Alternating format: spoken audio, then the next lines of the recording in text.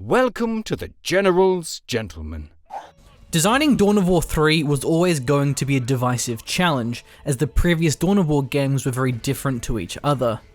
Rather than incorporating the best elements from both or providing a sequel to one of them, DAO 3 went off in its own direction to draw inspiration and incorporate mechanics from MOBAs. DAO 2 was more of a Company of Heroes spin-off than a Dawn of War 1 sequel, so there's been a rabid fan base waiting over 10 years for a faithful sequel. In certain ways, DAO 3 feels a lot like DAO 1, and there have been some fixes to the flaws which held back the original game. Squads can no longer reinforce anywhere on the map, as reinforcing is limited near buildings or specific vehicles. I'm happy about this because continuously reinforcing on the field during an engagement is anticlimactic and made engagements in DAO 1 feel a bit janky. Melee and range units also interact better than they previously did, as melee squads apply a slow when collapsing upon an enemy squad, so ranged units can't easily disengage and keep kiting without suffering losses. These two seemingly small changes make the core gameplay with line units fun in a way familiar to DAO 1. Unfortunately, a lot of the gameplay is a massive downgrade compared to DAO 2. In Dawn of War 2, the melee and range units had a much better interaction due to the fluidity the retreat button provided, while melee in DAO 3 has a huge power curve and suffers from being a bit too high risk reward. The retreat button is just one example of a wonderful feature which was cut in DAO 3. Also missing is directional cover, hard counters, facing of heavy weapon teams, suppression, morale, energy management, veterancy, squad leaders, sync kills, victory points, and customization of units and heroes. It's quite an extensive list. It was to be expected that some of these features would be removed given the Dawn of War 1 style of the game, but to have all of these features axed makes the gameplay feel shallow and a lot less interesting than it should have otherwise been. The only influence that I can feel from DAO 2 is the prevalence of crowd control effects, such as the knockback from an Assault Marine jump or Devastators slowing their targets. The elite units in DAO 3 do not in any way resemble the hero units from DAO 2. RTS games such as Dawn of War 2 and Warcraft 3 have done a fantastic job at implementing hero units. Dawn of War 3 did not. There is no in-game customization via different weapons and war gear, there's no unlocking or leveling up new abilities, and there's no management of mana or energy. The lack of scaling creates huge power curves where early elites initially murder everything, but then scale out into obscurity when army sizes become huge and units become upgraded. Meanwhile, the late game elites only arrive in the endgame, but then become one-man army killing machines. Heroes and super units are not new concepts, but they're usually balanced through suitable pricing or specific counters. DAO 3 has neither. The icing on the cake for the disaster that is elite units is how they are free. Instead of costing requisition and power to create opportunity cost of choosing elites at the expense of units, upgrades or teching, elites have their own separate resource called elite points. Elite units are horribly balanced and dictate far too much of the game. There's almost no focus on how elites synergize and interact with your line units through the unique utility-based abilities found in DAO 2. Instead, elite units slaughter huge chunks of units with powerful auto attacks or click here to wipe stuff abilities. The elite abilities were obviously inspired by MOBAs, but the conversion doesn't work.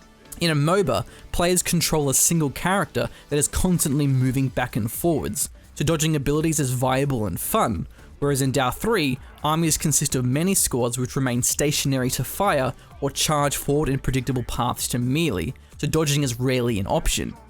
Offensive hero abilities worked in Warcraft 3 because the overall lethality was quite low, but in DAO 3, combat is so fast-paced that elite units are overly punishing and obnoxious to play against. As fun as it may be to wipe 3 of your opponent's squads in the blink of an eye, fun at the expense of your opponent is bad design. Elite units are one of the fundamental components of DAO 3, yet their implementation is dreadful.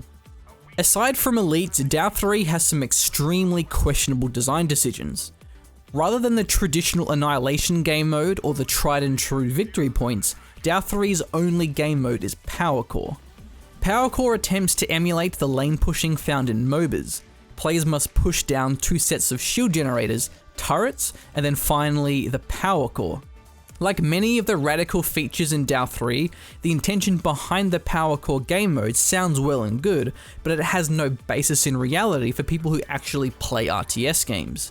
Power core was intended to create dramatic points of contention, but DAO 3, like all other RTS games, revolves around attacking and defending the player's source of income. Resource generators are expensive to establish and provide large amounts of income, so harassment of the economy is extremely punishing. Meanwhile, shield generators and turrets are so durable and defensible that attacking into them when defended is suicidal. They are generally taken as an afterthought following a decisive battle when a player loses their army and is now unable to defend. The power core objectives do not create contention in the way that resources do. Instead, they take up places on the map where resource points could have been to actually create more points of contention. The innovation that DAO 3 tries to achieve falls flat on its face. On top of the obnoxious power core mode is the phase escalation system. Every 10 minutes up to escalation phase 4, resource income will increase by 50%, regardless of what tech level the player is on. On top of escalation being extremely contrived and arbitrary, it has the consequence of making pacing wildly inconsistent throughout the game. As players tech up, they unlock additional upgrades for their resource generators, which combined with escalation resource bonus means the income in the late game drastically increases compared to the early game. Now, it's normal for resource income to increase over time in RTS games, but escalation is different because it's not something players have any control over. Building probes or upgrading listening posts are deliberate investments with opportunity cost which players gradually make over time, and that economic infrastructure creates vulnerabilities which can be harassed and reset back to the early game. The escalation system feels like the game gives you free money on a 10-minute timer. The early game is the strongest component of DAO 3 as there's a lot of options for unit compositions and income is low, so finding good engagements and preservation of forces is crucial. As the game progresses and you reach the late game, the escalation system inflates resources so much that micromanagement and tactics are thrown out the window, resulting in a hyper-fast mess of spam as many units as you can and attack move them into the meat grinder. The visuals have been controversial since gameplay footage was first revealed. The art style is a huge contradiction to the grimdark style of the previous entries in the series. Instead, DAO 3 is vibrant, colourful, and cartoony. More than anything else, the new art style resembles League of Legends, which for a lot of fans is an extremely negative association. The bright, colourful effects work in MOBAs because you only ever have 10 characters on the screen, but in DAO 3 you have entire armies firing bright, flashy weapons. In the Warhammer 40,000 tabletop and previous Dawn of War games, plasma guns are a rare weapon which only a fraction of the squad can be equipped with. In DAO 3, every model in the squad gets equipped with a plasma gun when upgraded, likewise with Devastator las cannons and assault marines with power swords. The explanation for the different art style was to improve visual clarity, but this was never an issue in previous games. Instead, DAO 3's presentation achieves the opposite. The bright art style on a large scale combined with the oversaturation of flashy weaponry and effects is distracting and overstimulating. When a Space Marine squad receives a weapon upgrade or an Orc squad picks up scrap, they receive an entirely new portrait, which is confusing to new players. Relic's concern for visual clarity was either dishonest or incredibly incompetent. It feels more like an excuse for wanting to jump on the MOBA bandwagon. There are so many other parts of the game which reek of blatantly ripping off League of Legends without having any consideration for how it meshes into the game or how it'll be received by fans of the previous DAO games. The intention to radically innovate with DAO 3 was completely unnecessary when it's a sequel to 2 fantastic games, each overwhelming with personality, a wide range of great mechanics, and incredibly passionate fan bases. So much of DAO 3's presentation is miles behind that of previous Relic games, which were known and praised for their stunning appearances. DAO 3's UI is a mess, the limited map pool sucks, the voice acting is mostly dull, the music is forgettable, and the sound effects are weak and unimpressive. Even the enormous Gatling cannons on the Imperial Knight Solaria sound pitiful compared to a mere assault cannon from DAO 2. The distinctive styles of the iconic Warhammer 40k weaponry brought to life in previous DAO games have been neglected. The The las cannons no longer charge up to fire a devastating blast. Instead, they now fire a continuous beam which charges up over time like the Void Ray in StarCraft 2. Meanwhile, the las guns now fire projectiles like the blasters in Star Wars. So much of DAO 3 is a blatant disregard for longtime fans who are so passionate about Warhammer 40,000 and previous Dawn of War games. The animations in particular are exceptionally bland. Units move and fight robotically and stiff. Every model in a squad loops the same walking animation in complete sync with no individual variations. The infantry in Dawn of War and Company of Heroes felt so much more real because each model had their own timings of different actions and animations. The units in DAO 3 don't feel like Space Marines or Eldar, they feel like pixels on the screen. Despite this, there is beauty to be found with the massive walkers and flying units. The Fire Prism collapsing mid-air and crashing into the ground is mesmerizing, while the enormous Wraith Knight dashing on top of a line of Space Marines is terrifying. It's bizarre how there can be such a disparity in quality. It feels like they sunk their art budget onto these flashy units for their marketing strategy, then dropped the ball with the infantry units which make up the majority of the game.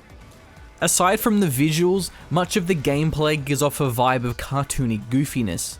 I could have looked past the obnoxious spin-to-win ability of the Orc Warboss, because Orcs are meant to be wacky, but I can't forgive Gabriel Angelos, who front flips in Terminator armor and slam dunks his Thunderhammer after throwing it up into the air with one hand. Even the units are guilty offenders, such as the Howling Banshees with the ridiculous roll attack through enemies, or the Assault Marine jump which blatantly defies physics. Likewise, there are stealth brushes which magically turn any units invisible, including the enormous Imperial Knights. These abilities and animations are not only jarring and immersion breaking, but they also completely defy the Warhammer 40k lore. If you manage to get through a match without being reminded about how the presentation reeks of League of Legends, then you're reminded when you destroy the enemy's power core and it plays the same animation that you see when you destroy the enemy's Nexus in League. It's fine to draw inspiration from MOBAs, but it's infuriated a lot of longtime fans who directly rip off mechanics that oppose the tone, lore, and the gameplay of its source material. DAO 3 lacks the distinctive personality which made the first two games feel not only unique, but both a part of the same franchise and universe, despite being so different in gameplay. Overall, DAO 3 has an awkward identity crisis. It doesn't appeal to any fanbase in particular, and its gameplay doesn't hold itself up. There's nothing about it which grabs me enough to keep playing it over previous Dawn of War games or Company of Heroes 2.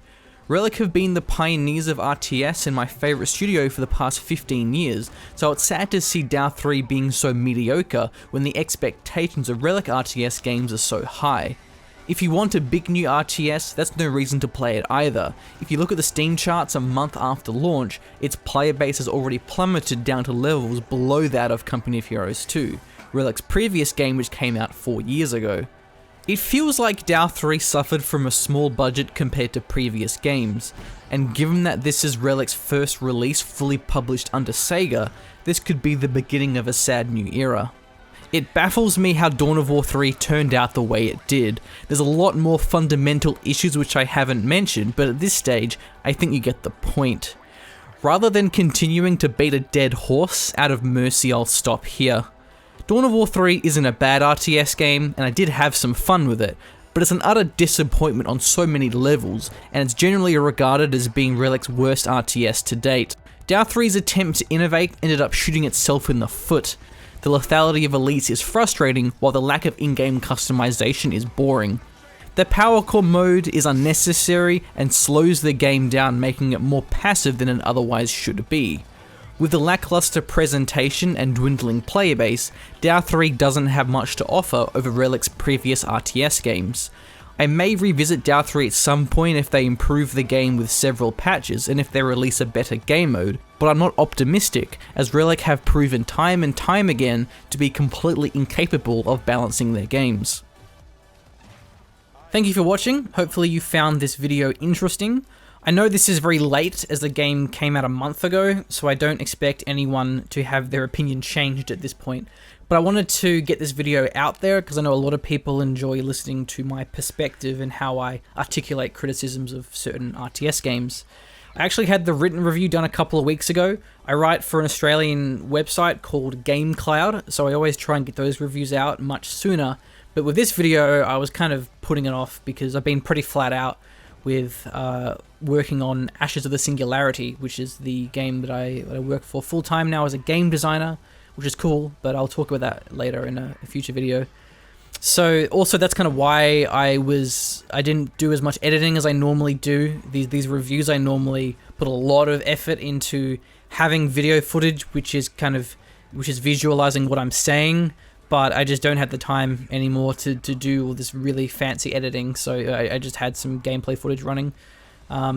So in future, if you want to see the written reviews before the video comes out a couple of weeks later, follow us on Facebook and Twitter, because I do post the written reviews out there. And other than that, thanks again, and I'll see you next time. They're kind of cleaving damage. They're straight AoE damage against melee infantry. So, okay, so Assault Termies still alive. This game has been action-packed. We have seen a lot of units go down from Koof. See how he's doing in terms of Koof's production. I mean, what has he got at the moment? How's he going on that pile of guns? Do we see any upgrades coming down? Not even Longer War hasn't been upgraded. 2-2. 2-2, yeah, 2-2 infantry. Yeah, 2-2, 2-2, as it turns out, on the vehicles as well. So, hasn't been lax on the upgrades. Well, I didn't know that. Yeah. You can reinforce up to 3 boys. Yeah. Yeah, it's pretty strong. Is But then that... one next to it is what you want. Longer War. Increase the buff duration of War by 15 seconds. It's pretty potent for 15 power. For 25 power. Does that mean you have to actually pay to reinforce, or is it like an automatic thing? No, it just reinforces them when they use their shout. Yeah, okay. yeah. What's the Vindicator? What does he have here? If I look at his arsenal. 2-2, yeah. So getting tier 3 now unlocks the next tier of armory upgrades, as well as the resource upgrades, as well as your predators. Goodbye. Good stuff, Dreadnought. Of course, Vindy, our man with the double Dreadnought doctrines. Yeah. Range Termies are here as well. Range Termies are going to be pretty nuts. Watch the hammer slam. Whoosh. Goodbye, everything. Hope you had fun. Weird Boy finds a pretty poor teleport here, actually going in. This Oh, could man. spell his doom. You can't disengage from this. That Deathstorm drop pod going to be cutting off the retreat path. That being said, this Death Dread is actually doing some decent damage here. Yeah, the anti-infantry is pretty crazy. Hammer Slam available again somehow, and he's pretty low here. He's going to get the stun off. Well, actually stunned the Weird Boy. No, but the Weird Boy gets taken out from, I believe, from Devastator fire from the side. Death Dread isn't going to be able to close into range for another melee hit onto the Assault Terminators. And while this is happening, the range Termies are actually taking out the shield generator down the bottom. Yeah, they're so down. nasty. And that barrage too is incredibly powerful. You want to keep them in combat as well, otherwise that barrage will time off, as you see here, moving them onto the generators now, so the barrage constantly stays up at 10 missiles. Maxed out. It's good. Generator's being harassed as well. Coop being forced back. He has his war factory here, which is quite vulnerable. Yeah, you really don't want to lose the mech shop. It's quite a power investment. Electrified wall coming down from the Mega Knobs will prevent ranged fire coming down. Orbital batteries now ready since the tier upgraders come in. Could see an orbital bombardment. It is prepared. We see it saved up a little bit here by Vindicator X for a bigger opportunity. That being said, this isn't a bad opportunity. That's this is the majority of the units for Koof. See how none of these squads have the scrap? Yeah. You should be using all the scrap. There's so much scrap on the ground here as well. There's no reason not to be upgrading these squads. Especially the killer cans. They'll get more ammo. So killer cans in particular are very important to have the scrap. Like the buggy ammo upgrade in 0 hour. Yeah, man. Buggy ammo upgrade. Double buggy ammo upgrade is double killer can upgrade. Actually dodges the smite and the stonewall with the sluggers engaging both of these devs into melee.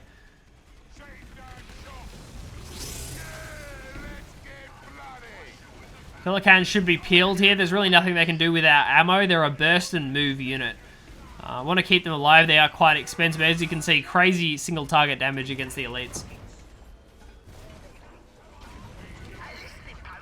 Yeah, there goes the librarian. There's the lock thanks to the sluggers. A good engagement so far. Dreadnought probably won't survive that long though. Killer cans, tank busters, but he's dropping in a dreadnought. Okay, that's another dreadnought. And we had a big slam! Oh my god, wow, that slam is devastating. And we have the entire army collapsing from Vindicare. Regular Terminators coming in from the side as well. The ranged ones are starting to take out the base. And that's going to be the GG from... Oh my god. Well, Terminators are good. Man, I just... Decent game. What was up with those resets? With a resets? massive comeback. I'm not even sure what resets that slam, but it's pretty nuts. It's one of the, it's an extremely strong elite ability. And yeah, I don't see what would reset it. I mean, it's like, we already have Katarina in League of Legends, so I don't really have to deal with an equivalentary reset in Dawn of War 3. I hope not. Excellent comeback by Vindicare X though. He played that very, very well. Obviously, knowing the full strength of the elites he's mustered. The ranged Terminators are also pretty nuts. We didn't really get to see them used to full effect, but they are pretty nuts. Yeah, so GG. So Dreadnought Slam does lots of damage. It's pretty good. Lots of slams here. Yeah, I did like the Dreadnoughts, because I think if you went land speeders, they would have got shut down by the tank busters too easily. So the Dreadnoughts, using them via drop pods is a... Well, not drop pods, it's just the Thunderhawk drops them. But the drop pod mechanic is such a strong bonus, because then you don't take any damage closing in, because you drop on top of your opponents, you knock them back, you have the slam. Having that drop ability is such a huge bonus to the Dreadnoughts. But yeah, that'll wrap us up. Thank you for watching.